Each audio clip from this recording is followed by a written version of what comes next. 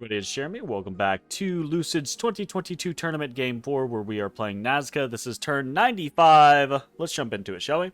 Kicking things off. Sinchi Roca, the Inca, has claimed the Throne of Death. So, Nazca, Throne of Death claimed. Woo! That puts us up to 3 thrones. Nice. Hopefully the rest of this turn goes well. If not, it's going to be very, very sad for us. We've got a couple of remotes. Let's take a look at those first. So we have 1, 2, 3 manifestations going at Arco. Sending in an Ashen Angel versus... Like we've got a little Mystic here. And instantly dead. Woo, very nice. Odie, you're choking yourself. Wait, get up. Second Ashen Angel finds him. Another Mystic. Nice. And success again. Cool. Oh yeah. Third Ashen Angel finds 3 for 3. Not fucking bad. And 3 for 3. Hell yeah. That's dope. So very good targeting there. Pretty solid. We also had a Murdering Winter come out, and it hits and kills 93 units. So that's pretty solid as far as remotes go. Remotes for the turn, Manifestation 3 wins, 0 losses, Murdering Winter, 93 units killed. Fairly happy about that. That should hopefully mean that fighting against Arco is going to be easily in our favor.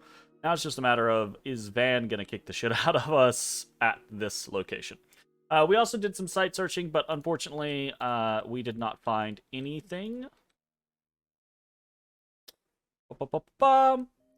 And we had a transformation. And the transformation, if you see, the transformation turned it into... where's he at? Oh, I'm not paying attention. Turn it into a fucking Etten! This is perfect! This is exactly what we wanted. Mwah! Perfect. Super good. So now we have this size 6, very tanky, cloud trapezing target, right? That can use a midget masher to smash the shit out of a golem or something like that, right? Very, very cool. Pretty happy about that. So, very nice. What else do we got going on? We got some battles. We'll watch the inconsequential one first. Pelagia takes our fortress dry fields from us.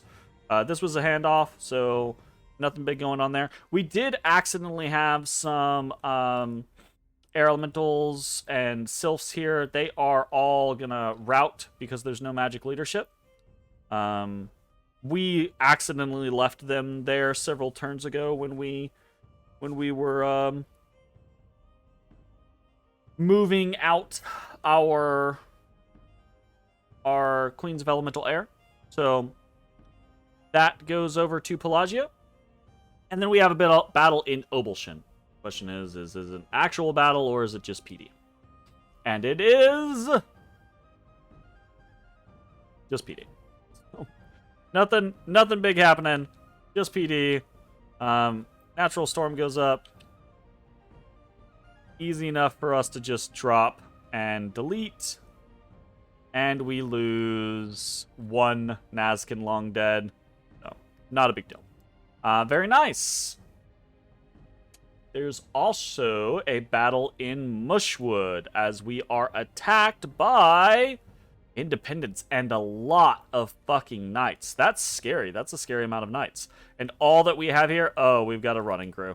All we have here are Haten Runa. This is going to be bad. Do we have a, we do not have a Huron priest here preaching either. That might have made the difference if we did. But my assumption is the Haten Runa are going to die and rout and then, yep. And then we're done. Oh no. Oh no. Alright, well, we killed 4 of the 8 militia. That's 18 knights. That's a pain in the ass. We definitely can... We can send, like, 3 Huron priests out there and kill these knights with horde of skeletons. But that is a bit of a pain in the ass. Because Mushwood is not exactly... Like, this is a valuable province. 2 earth, 1 death, 1 water, and 1 astral pearl. That's a 5 gem province. That's pretty important. So, not happy about losing that, but it is what it is. And that's it for stuff for the turn. So, sorry, that was battles for the turn versus Arco, 1 win, 0 loss, versus Pelagia, 0 wins and 1 loss, and then versus Indies, 1 loss and or 0 wins, 1 loss. So oof. Not exactly great there.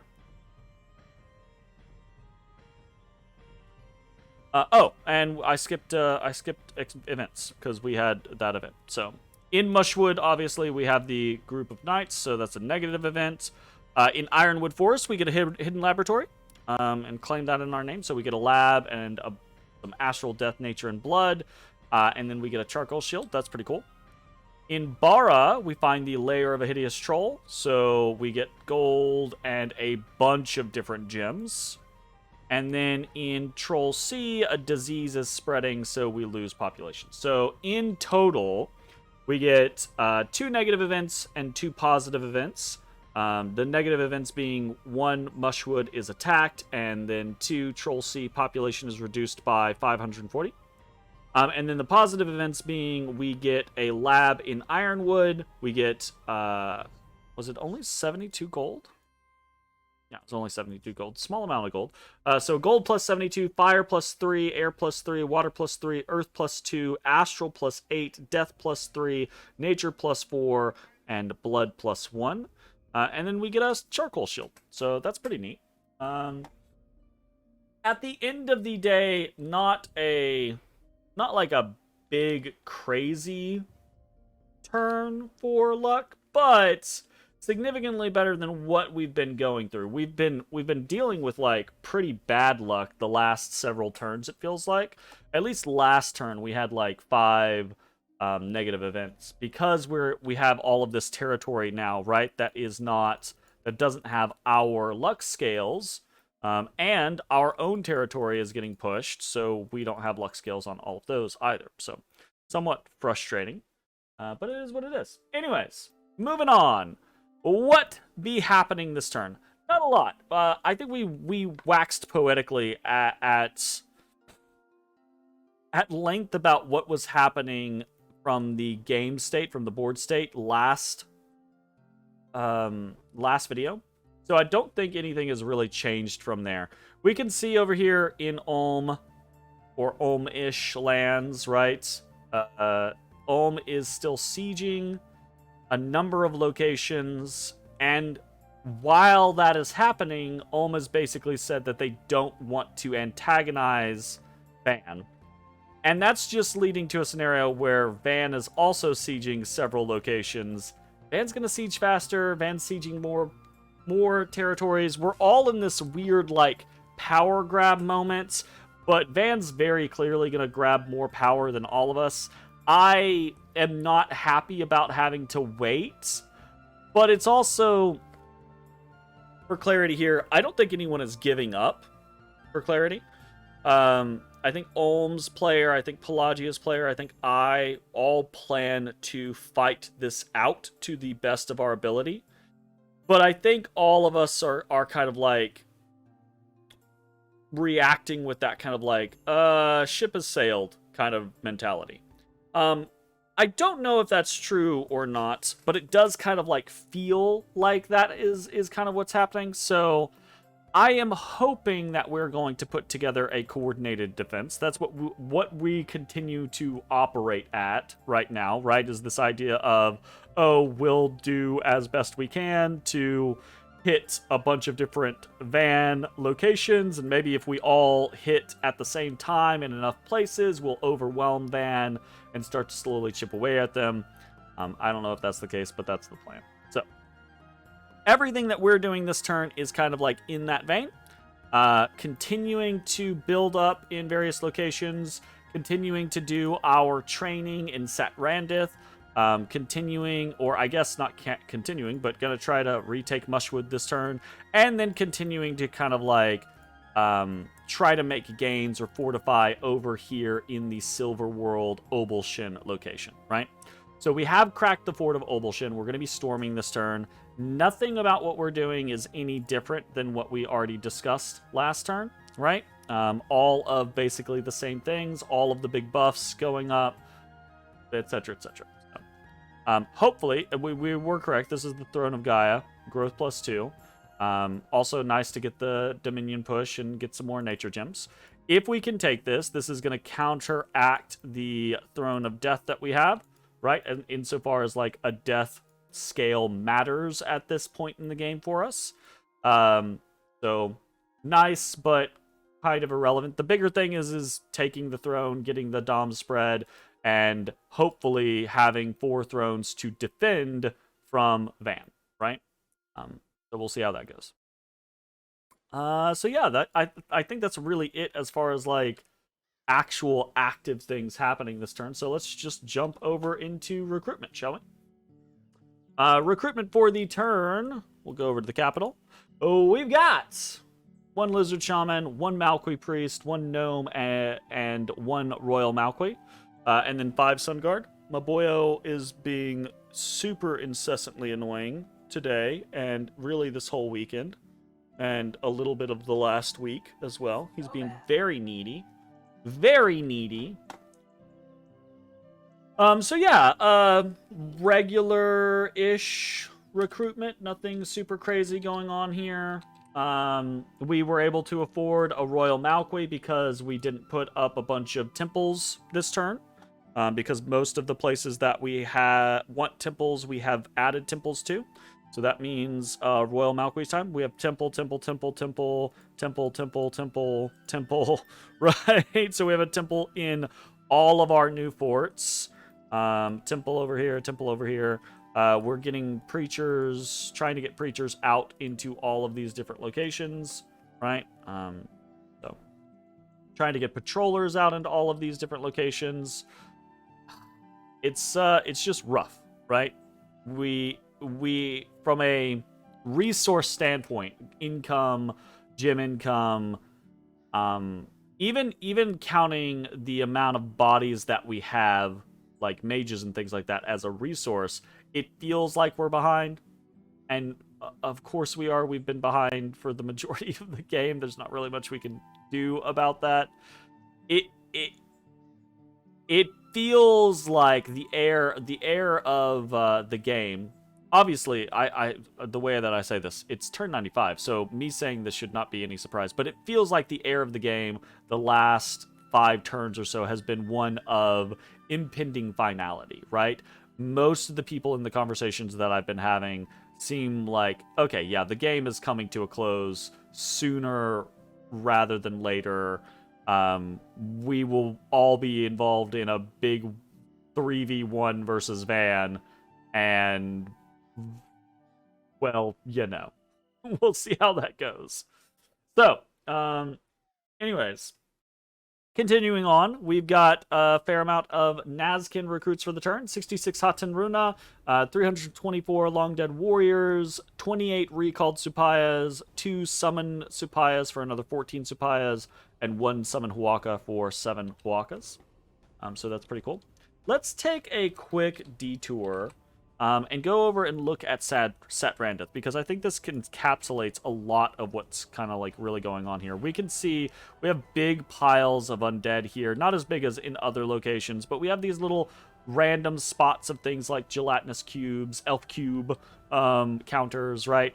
We've got a fair amount of other mixed units. Our 1 Centaur Chariot, we've got some Great Eagles in here, we've got some Condors from Ye Olden Era, but really our forces are made up by these 3 primary units, right? We have a massive Sun Guards, many of whom have very high experience pips, right? Because we've been training them for a very, very long time. We have Supayas, a fair fucking number of Supayas, right? Several hundred throughout our empire, which is awesome. And then we have a smaller but more elite amount of Huacas, right? So we've been getting 7 Huacas a turn for many turns, probably 30 or so turns at this point, right? So a fair number of them, but nowhere near the amount of Sun Guard, or I say nowhere near the amount of Sun Guard, maybe near the amount of Sun Guard, because we can only get like 5 Sun Guard a turn, but we've been doing Sun Guard for way longer than we've been doing Huacas, and we don't have a crazy amount of losses. Anyways, a fair amount of pretty elite Huacas going on here. Continuing basically every turn to increase the training and move things out. This has been a really big focus of ours for probably the last 30 turns or so, is the management of the Ancient Master Experience Factory. And what I do think that it has done is we're gatewaying this turn over into Silver World to have a reinforcement force in Obelshin, or next to Obelshin, in case Vanheim comes at Obelshin this turn to try to prevent us from taking it, right? Because this is kind of like a two birds with one stone tactic, right? If he hits us here, he is not only securing, and succeeds, he's not only securing a throne for himself, but he's also removing a threat from this territory, basically. So we're trying to make sure that we have that threat replaced, or relatively replaceable, in the territory. We're also trying to make sure that we keep this place open, because it's possible he could attack us here and hit Silver World to try to cut off retreat.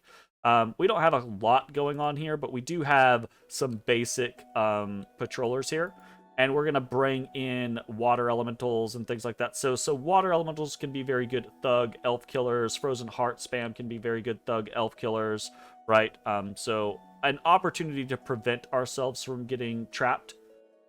But not necessarily guaranteed. It depends on what all gets thrown at us. So yeah, we'll see how that goes.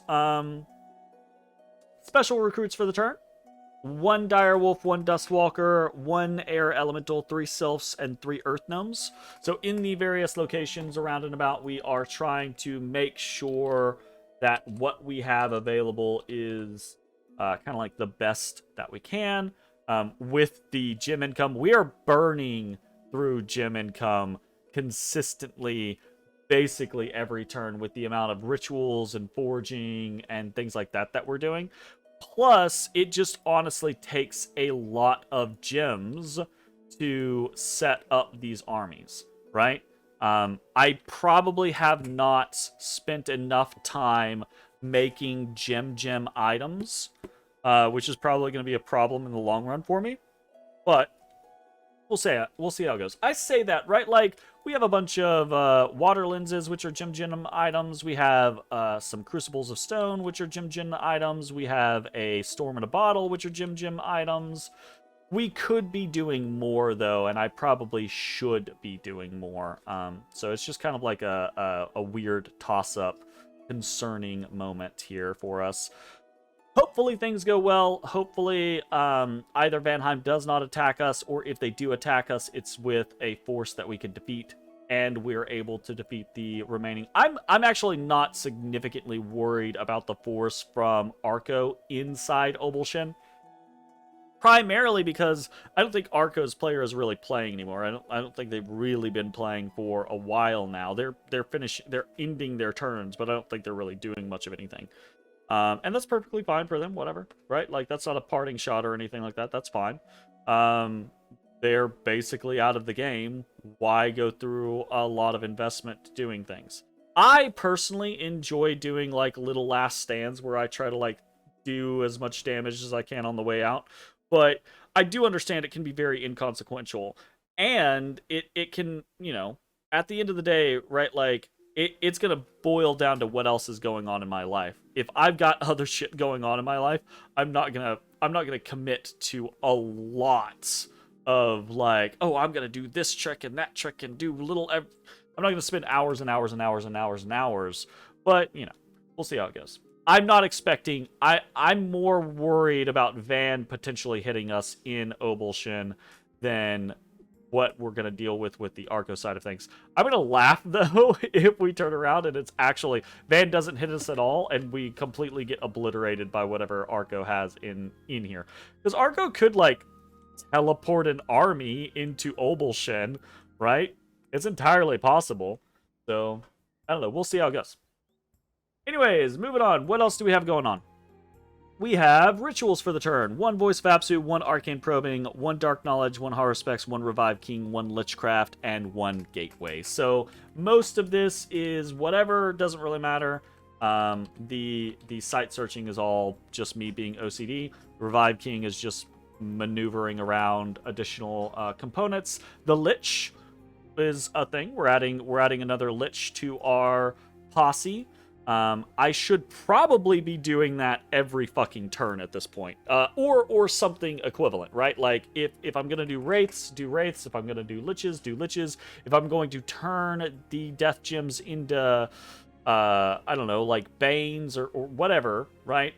I should probably consistently doing that at this point, because we're probably gonna need the power pretty heavily, pretty shortly. But I do kind of keep running into these situations where I'm like, oh, well, let's make a few more death items, and I don't know that that's going to be super effective. The gateway is something that we're honestly already aware of, so we are just gatewaying over here.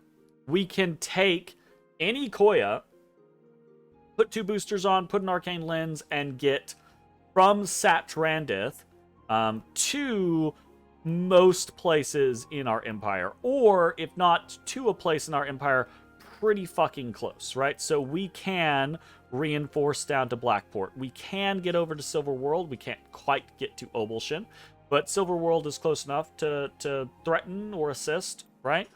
So that's cool. We are going to continue to try to make sure that we always have a Koya in Satrandith, in order to snag as much as possible to gateway it to the appropriate location. So that's a whole thing going on right there. We also have our god over in... Oh, oh, well, no, we haven't talked about that. We also have our god over in Forgotten Woods, who is very capable of potentially doing... what is it? Yeah, astral travel, which we are almost... We'll have 2 turns away from being done with Enchantment 9, which we're going Enchantment 9 for a couple of different reasons. Obviously, so we've got Gaia's Blessing. We can do through our gnomes. We're going for that. We can do Fields of the Dead somewhat easily. We could go for Arcane Nexus, though I don't think that there's any point in that, because I think we should have gone for Arcane Nexus 30 turns ago, right? And the big one that I really want to get is Demon Cleansing. I want to make sure that we have Demon Cleansing up and ready in every single one of our scenarios, because Vanna is going to be running a lot of fucking demons, and we're not, right? So normally the double-edged sword with Demon Cleansing is late game. A lot of people are like, yeah, well, we're all using demons, so Demon Cleansing kind of fucks us, right? But we're not using demons. We kind of just didn't go the blood route, so we don't have to worry about demons, which means we can kind of use Demon Cleansing with impunity, which we absolutely fucking will do. And it's very easy for us to cast. Well, I say it's very easy for us to cast. It's pretty damn easy for us to cast, though not entirely without concern from gem baiting, right? After we run up Enchantment 9, we're basically just like, no idea if our game's going to last this long, but if after we run up Enchantment 9, we're going to run up Thaumaturgy 9 pretty much for the concept of astral travel, right? Which is just Superior Gateway, and Master and Slave. So, we'll see how that goes. Ultimate Gateway this turn saves 6 Astral and 8 Death. That's our regular baseline. So nothing different there. And then, Forging for the turn, we have 1 Amulet of the Dead, 2 Slave Matrices, 1 Dragon Helmet, 1 Pocket Ship, 1 Huaka Headdress, 1 Endless Bag of Wine, 1 Lead Shield, 1 water lens, and 1 water bracelet. So, couple of different things there. Amulet of the Dead, whatever. Dragon Helmet, whatever. Huaka Headdress, whatever. Endless Bag of Wine, whatever. Water Lens, Water Bracelet, all whatever. Let's talk about the Slave Matrix, Pocket Ship, and the Lead Shield. Lead Shield's actually a real quick and easy one to talk about. This fucking chassis, the Etten, is a great chassis. One of the things that it could potentially have happen to it is it could get sniped with something like a Mind Hunt or just a random Soul Slay. So getting its magic resistance up is pretty fucking important, right?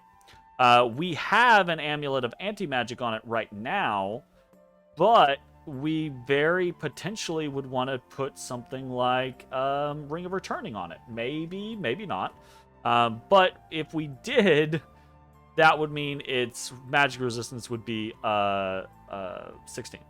And potentially less, because right now its magic resistance is boosted because we're in Drain. So, trying to give it other opportunities to be not super dead as soon as it leaves. Basically, just trying to give it some magic resistance with the Lead Shield. Still don't know if we're going to be using this guy or how we will be using this guy. The Dragon Helmet's actually going for him as well, potentially, to boost up his morale a little bit. Yeah, anyways, this guy does 52 damage times 2 versus a smaller target, so 104 damage versus any target that is less than size 6. That's pretty fucking solid. Very, very able to insta-gib certain targets. So very, very cool. Other two things, we've talked about these slave matrices already. We have a single slave matrix. We're doing 2 more. I think we're going to try to get up to at least like 8, maybe more. Though if we go... If we go...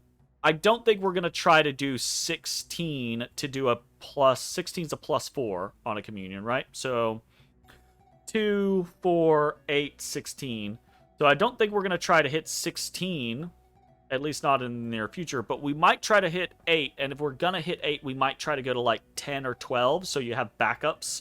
So in case someone gets killed in like a Flames from the Sky or something like that, right? The idea being is you try to protect as much of that instant communion as you can. So, yeah, we'll see how that goes. I think this is just kind of like a passive back project for if the game does go to the point to where we have Master and Slave and we maybe go for a boosted Royal Malquis, then we have other potential ways to kind of like mitigate the amount that we have to empower, right? Like that type of situation. So yeah, we'll see how that goes. We don't have to use the copper arm immediately. That's cool. We got a copper arm that we're not probably going to have to use on this Etten. In fact, we don't want to use it because we only have 1 fucking miscellaneous slot, so that's cool. And then the Pocket Ship. What the fuck's a Pocket Ship? Pocket Ship is a weird item. So here's a Pocket Ship. It's a legendary item. I am not entirely sure that this is a good build. But I'm trying to make sure that we have ways of moving additional units from the West Coast over to the East, or I guess the East Coast, sorry, over to the West Coast. I'm not sure that this matters. So this is potentially a questionable build, but in theory, we could take a bunch of units that are... in the Forgotten Woods, and we could try to sail them over to somewhere like Silver World, right? I don't know exactly how well that is going to work. But it just seemed like a fucking idea, and we'll see if it comes into play. Probably a bit of a waste. And yeah, that's it. kind of just messing around with things, kind of prepping things. Obviously, so I've said this before, I'll say it again. I'm not an expert player, obviously. I'm a casual player that occasionally gets myself involved in more expert scenarios. It can be difficult to stay sane and keep your head in the game when a game takes 8 months of your life, right? This game has gone long. And is gonna go longer, right? We're definitely in that stage for me for the game where there are serious parts of the game that I'm taking seriously, but I'm trying to introduce little pieces of levity or little side projects like the transformation or the pocket ship or things like that that are just little interesting things for me to do to keep me sane. It especially, I think, the dynamic or mentality of a game really depends on the state of the game. Where we're at right now, I feel like we are I feel, this is not a statement, this is not me saying that for sure, but I feel like if we were to go back to war with Pelagia, I think that we would have an advantage. I think if we were to go to war with Ulm, I think that we would have an advantage. So I think we are in kind of like a second place state in this game. But I feel like it's a really distant second place compared to the first, right? So with the state of things in the game, I'm trying to take certain things seriously and trying to prep for certain things seriously. But I'm also trying to not lose sleep over what feels like the inevitable loss that is coming down the line, right? Van's very big. They've played a very good game. We're going to try to do our best against them. And hopefully, again, that Pelagian, Ulmish, Nazcan alliance is going to do something. But I don't know, right? Like, regardless of what happens, I am at least happier now with the situation because I feel like we have isolated Obelshin. I'm less concerned about Van just taking these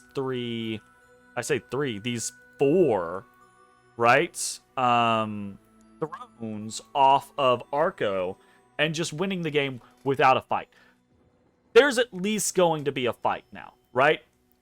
Five turns ago, I wasn't sure there was going to be a fight because it was just a tide of red, right? Like, this area was still teal, and then the next turn, it wasn't teal. Obviously, there were still a bunch of, like, forts and things like that, right? But it very much was, like, 1 or 2 turns where there was, like, this much teal, and then it was just, like, that teal is covered in red. So, obviously, some of it's still there, but it's covered in red. So it absolutely felt like, I guess it's more than 5 turns at this point because it was like turn 89 that we ended the war with Pelagia. So I guess technically 6 turns. But it absolutely did that scenario. And that happened on turn like 88. I was like, and then 89 I was like, yep, nope. Right? So it's been 6 or 7 turns since it was like, oh, Van just did a red wave over Arco, and now they could hit several thrones in the next turn. I feel like that moment has passed, which is good, because that does mean, at the very least, we're going to fight Van over Van's victory. Whether that means anything, I have no idea. We'll see. Alright, anyways, that's going to be the end of the turn. Thanks for watching. We'll see you next time. Bye-bye, everybody. Hey, everybody. Thanks for watching. If you enjoyed the video, consider leaving a like, commenting, or subscribing. It really helps me out. If you'd like to see me live, head over to my Twitch at twitch.tv/thedistanthorizon.